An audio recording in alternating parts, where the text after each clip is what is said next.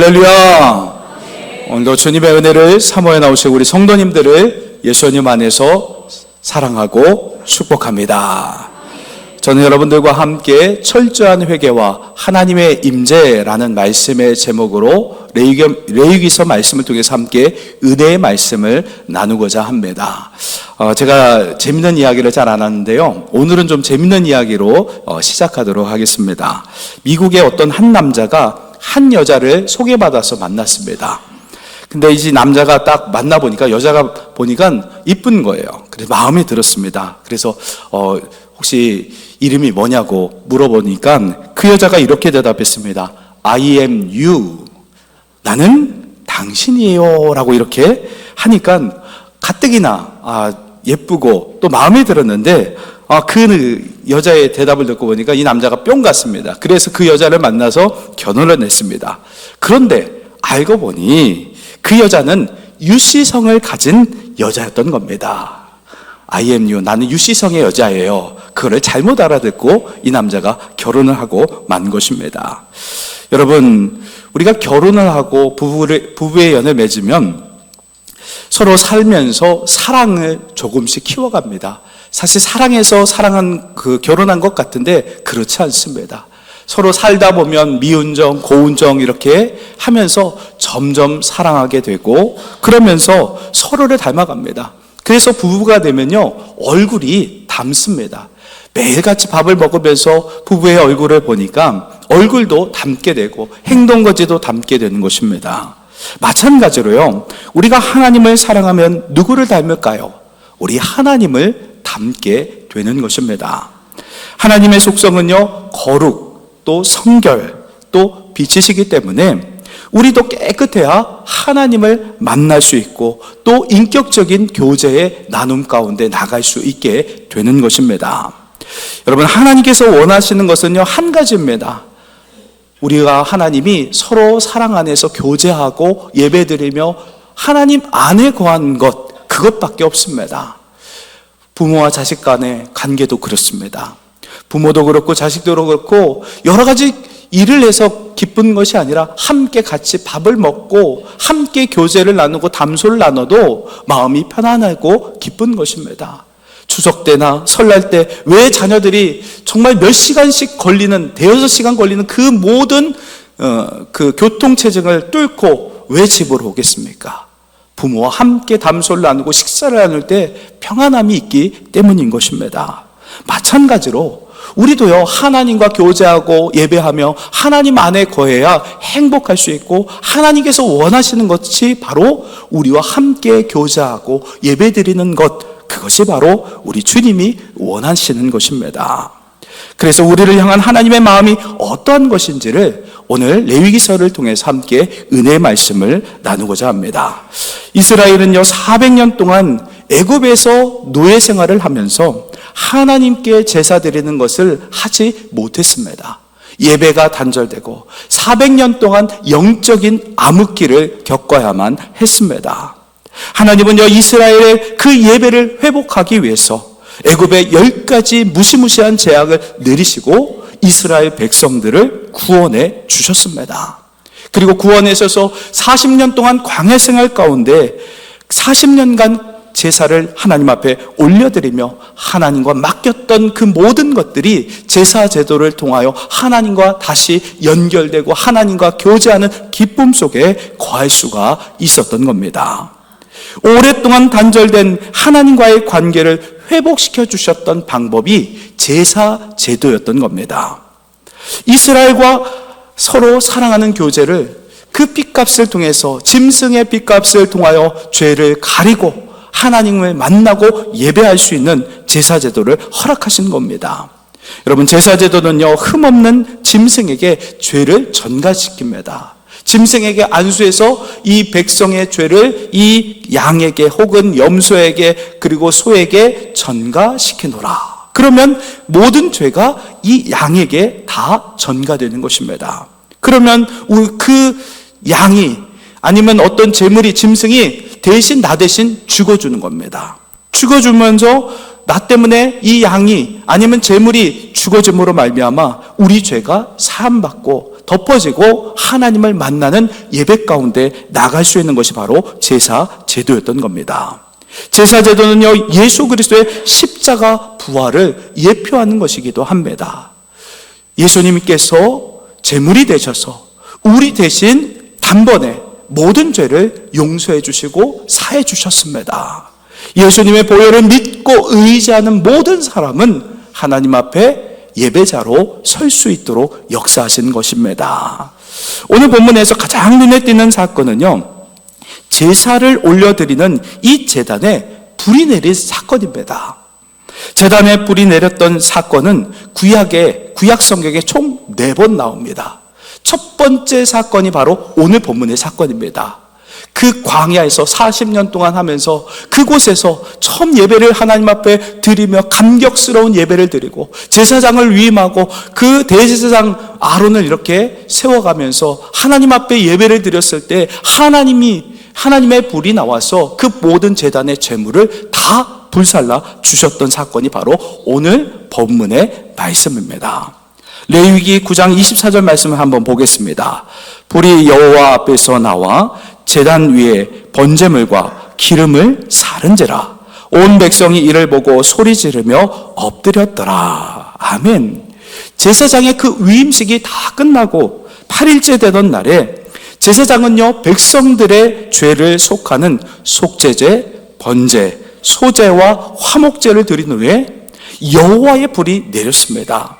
이렇게 제사를 많이 드렸다는 것은요, 철저한 회개를 해야지만 하나님께서 임재하실 수 있었기 때문입니다. 여러분, 제사를 많이 드렸던 것, 그것은 바로 철저한 회개가 동반돼야 하나님의 임재의 불이 임할 수 있다는 겁니다. 우리 안에 조금이라도 죄가 있으면 하나님을 만나기는커녕 은혜 가운데 들어갈 수 없게 되는 것입니다. 예배의 중요한 요소 중에 하나가 죄에서 돌이키는 회개를 해야 하는 것입니다. 철저한 회개만이 하나님 앞에 더 한 걸음 더 우리가 나갈 수 있게 되는 것입니다.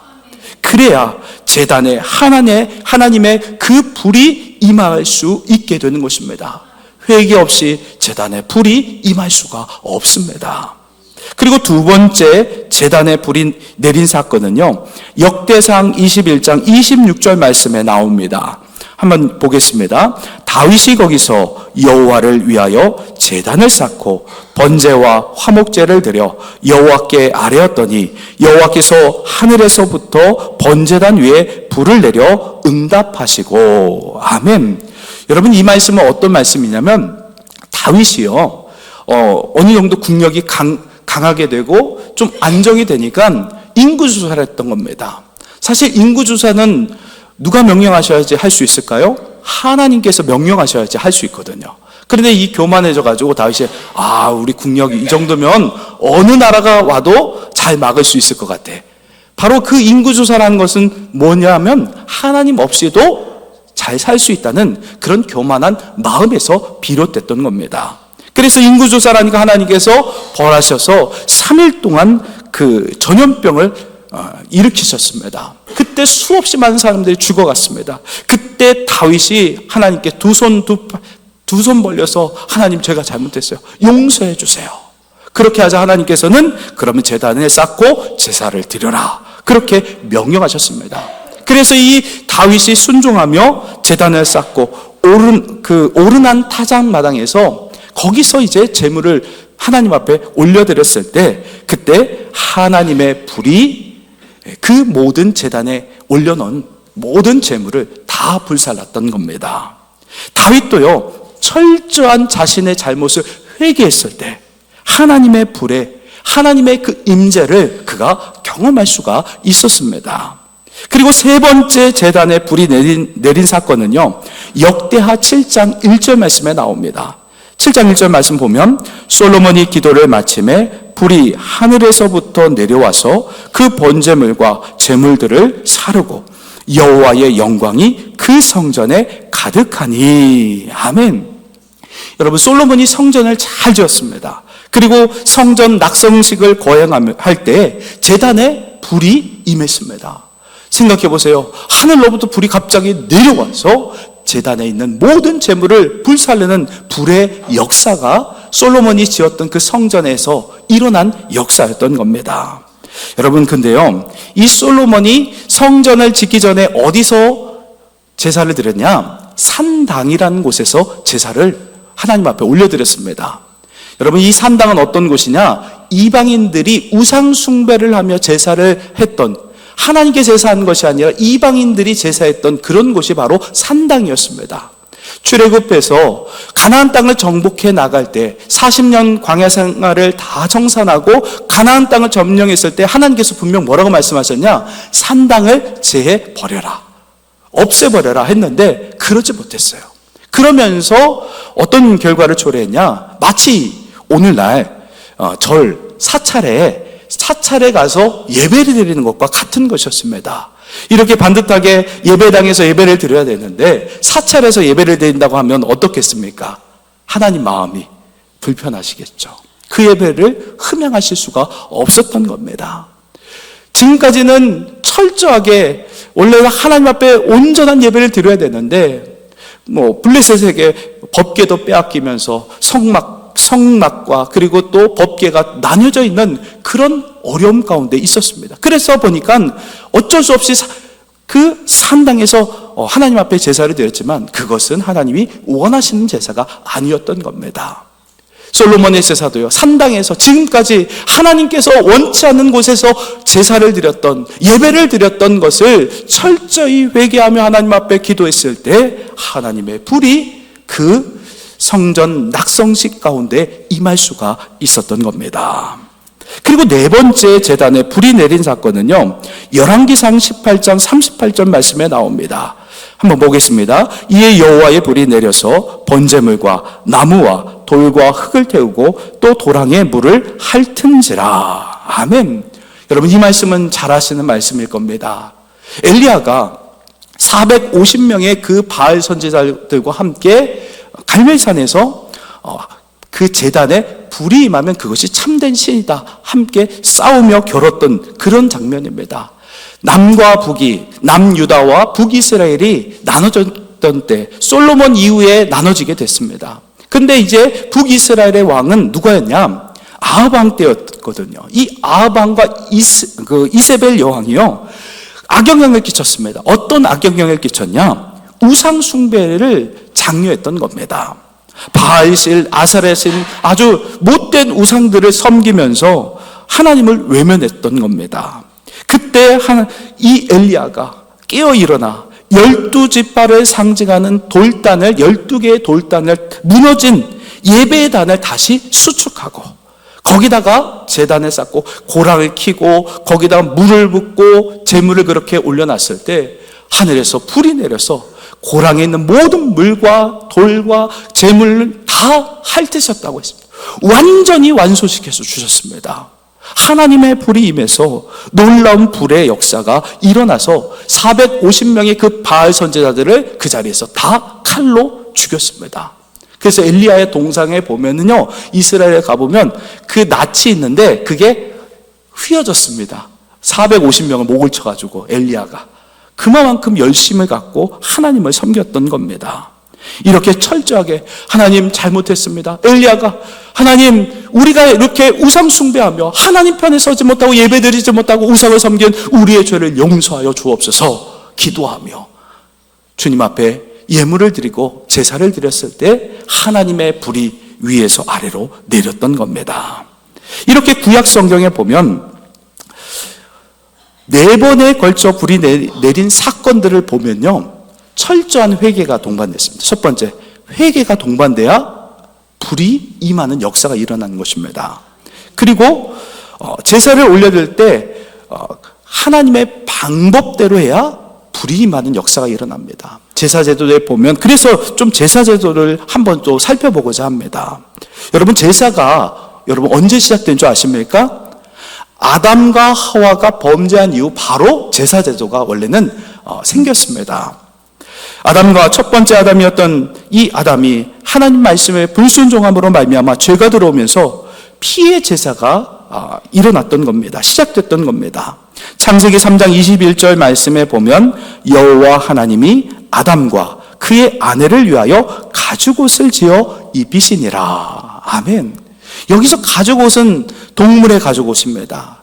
이 아담과 하와가 아무리 무화과 나뭇잎으로 엮어서 몸을 가려도 죄가 가려지지 않았습니다. 부부였기 때문에 벌거벗어도 창피하지 않은데 이 죄 때문에 두려워서 그 죄를 가리려고 아무리 무화과 나뭇잎으로 가리려고 해도 가려지지가 않는데, 하나님께서 지어 입혀주신 이 가죽옷, 그 짐승의 핏값으로 얻은 그 가죽옷을 입었을 때 죄가 가려지는 것을 경험한 것입니다. 그때부터 제사제도가 일어났던 거예요. 하나님 만나려면, 하나님 만나기 위해서는 짐승의 피를 통해서 죄가 덮어져야 하나님 만날 수 있게 되는구나. 그래서 첫 번째 보면 어떤 일이 있냐, 사건이 있냐, 아벨과 가인이 제사 드리는 사건이 나옵니다.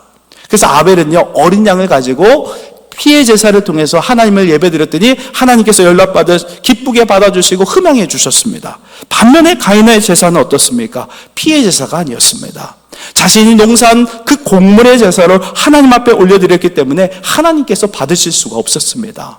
왜냐, 하나님 받으시면 죄를 사함받지 못하고 죄가 덮어지지 않으니까 피의 제사를 통해서 죄가 덮어져야 되는데, 죄가 안 덮어지면 하나님은 만나면 그 자리에서 즉사할 수 있었기 때문에 하나님은 가인을 사랑하셔서 그 제물을 받아주시지 않았던 겁니다.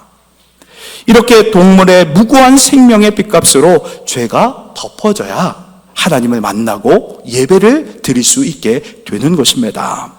이 구속사적 이 흐름이 아브라함에게 이렇게 흘러가서 아브라함을 거쳐서 야곱에게 이르렀습니다. 야곱이 12지파를 형성하면서 이스라엘을 형성했습니다. 근데 이스라엘이 애굽에서 430년 동안 제사를 드리지 못했습니다. 영적인 암흑기로 노예 생활을 하면서 하나님을 찾지 않고 영적인 교제가 단절되고 말았던 겁니다. 그때 하나님은요, 모세를 통해서 이스라엘 백성들을 출애굽하게 하셨습니다. 광야 성막에서 피의 제사를 다시 올려드리게 되면서 하나님과 이스라엘은 사랑의 교제를 나눌 수가 있었던 겁니다. 레위기 제사의 특징에 대해서 레위기 8장과 9장 말씀에 참 자세하게 나왔습니다.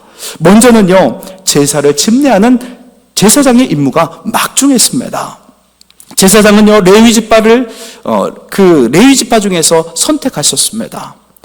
하나님께서는요, 레위지파 아론을 대제사장으로 세워주셔서 제사의 사역을 감당하도록 하셨습니다. 여러분, 제사장도요, 연약한 사람이라 죄를 짓습니다. 그래서 이 거룩한 제사장 직분을 감당하기 위해서는 철저한 회개, 철저한 제사가 동반되어야 했습니다.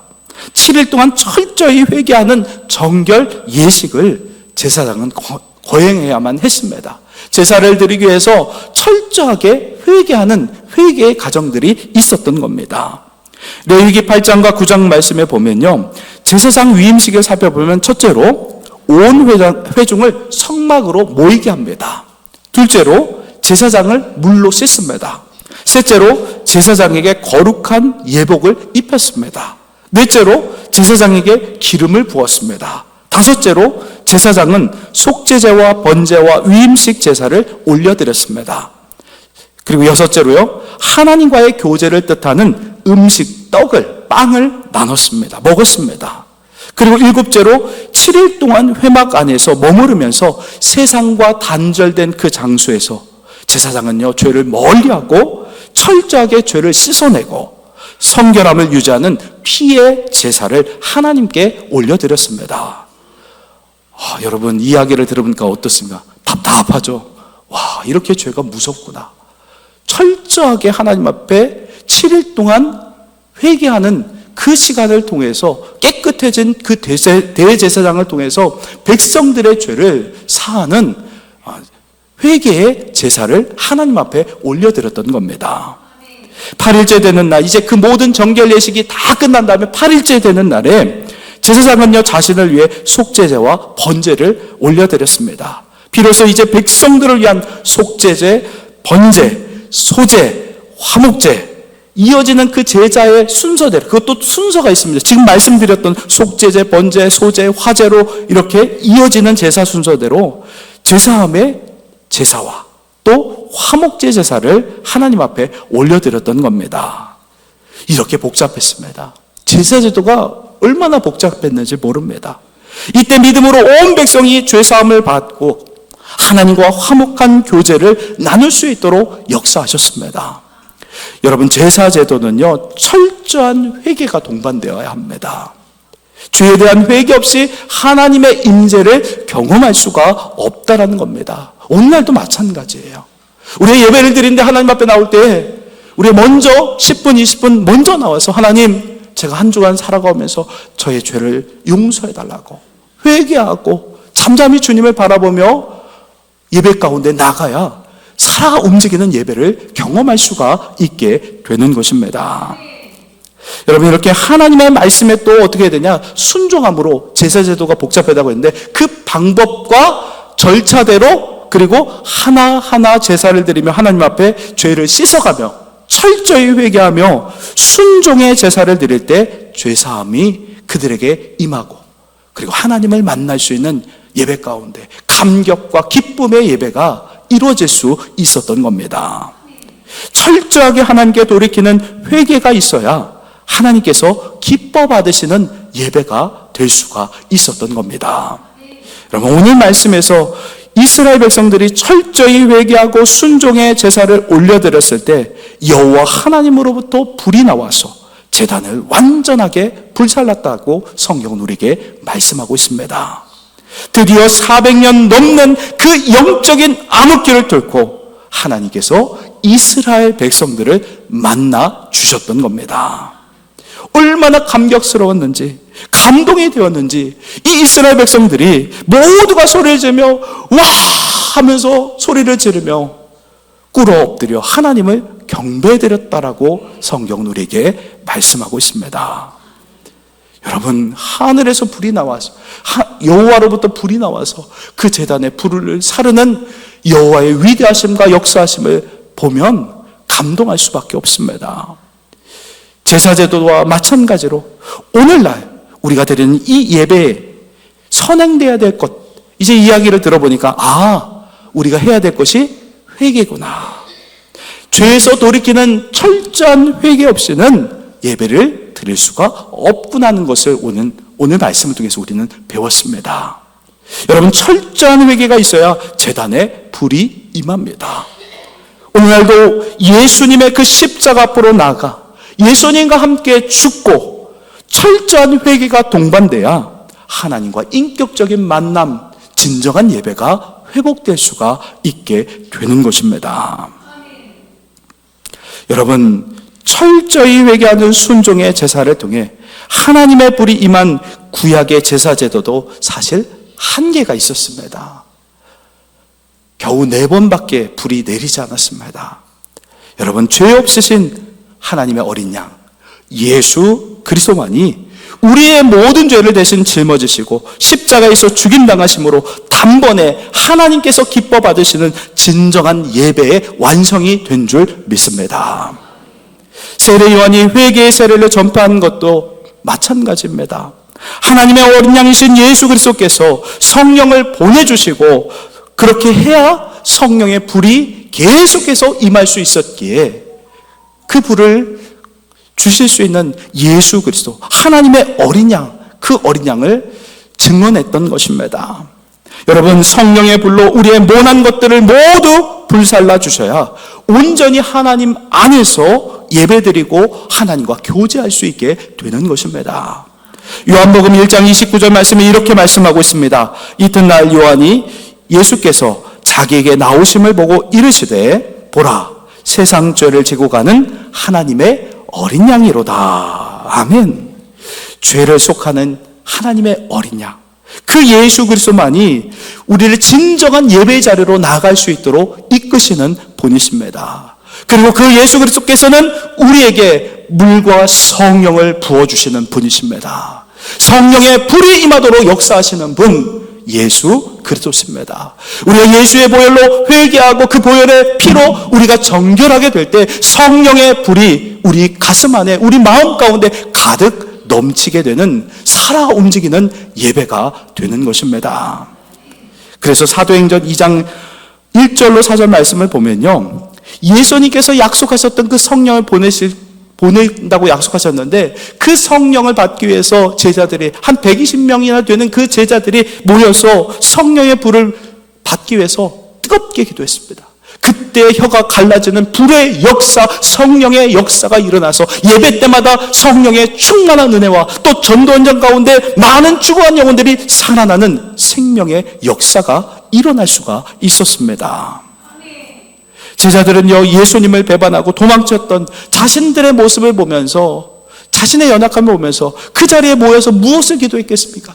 자기 자신을 한탄하며, 내가 잘못됐지, 내가 예수님을 배반했지, 십자가를 지실 때 난 도망갔었어 하면서 회개하고 철저한 회개를 통하여 그 죄가 씻음받고, 그러니까 그 자리 가운데 주의 보혈이 덮어지고 성령의 불이 제자들 가운데 임할 수가 있었던 겁니다. 그래서 그 불의 역사가 오늘날 우리에게도 동일하게 이루어진다는 사실을 믿으시기 바랍니다. 우리는요, 구약에 4번 내린 불의 제사, 그거로 만족할 수 없습니다. 하나님은요, 1년에 한 번 대속제일에 한 번 하나님을 만나는 것으로 우리 하나님이 원하시는 제사가 아니라는 겁니다. 매 순간 매 시간 호흡할 때마다 우리 하나님은 불의 역사로 우리와 함께 거하시고 예배를 받으시길 원하신다는 겁니다. 우리가 날마다 십자가 앞에 나가서 그 보혈의 피를 의지하여 하나님과 교제하며 성령이 우리 안에 거하시는 그 불의 역사들을 매 순간 경험하는 것, 그것을 우리 주님이 원하신다는 겁니다. 사랑하는 성도 여러분, 말씀을 마무리하겠습니다. 오늘날 한국교회는 예배의 감격과 불의 역사가 점점 사그라드는 그런 현실 속에 신앙생활하고 있습니다. 이런 이때 오늘 주신 이 말씀은 우리 모두에게 주시는 생명의 말씀입니다. 하나님과 단절된 그 예배를 회복하기 위해 우리는 예수의 보혈을 의지하여 그 피로 대속함을 받고 철저히 죄에서 돌이키는 회개를 통하여 성령의 불이 우리 가슴 안에 가득 넘치도록 우리의 심령을 다시금 회복해야 합니다. 여러분, 옛날에 얼마나 배고프고 힘들고 어려워서 하나님 앞에 간구하며 구하며 회개하며 주님 앞에 메어 달린지 모릅니다. 그때 성령의 불이 한 번쯤, 아니 여러 번 경험했을 겁니다. 저기 교회에서 부흥해야 한다 그러면 저 교회 가고, 동북교회에서 하면 동북교회 가고, 제일교회에서 한다면 제일교회 가서 부흥에 아마 참석했을 겁니다. 많은 한국교회가 그렇게 성령의 불이 임하는 그곳을 사모하며 예배를 사모했습니다. 그런데 오늘날 우리는 예배를 사모하지 않습니다. 그 원인이 바로 철저한 회개를 하나님 앞에 올려드리지 못했기 때문입니다.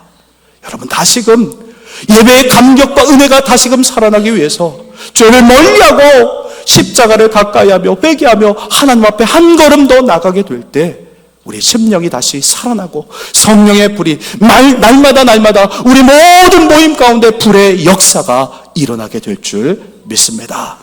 이 놀라운 은혜가 우리 모든 성도들에게 가득 넘치시길 예수님의 이름으로 축원합니다. 기도하겠습니다.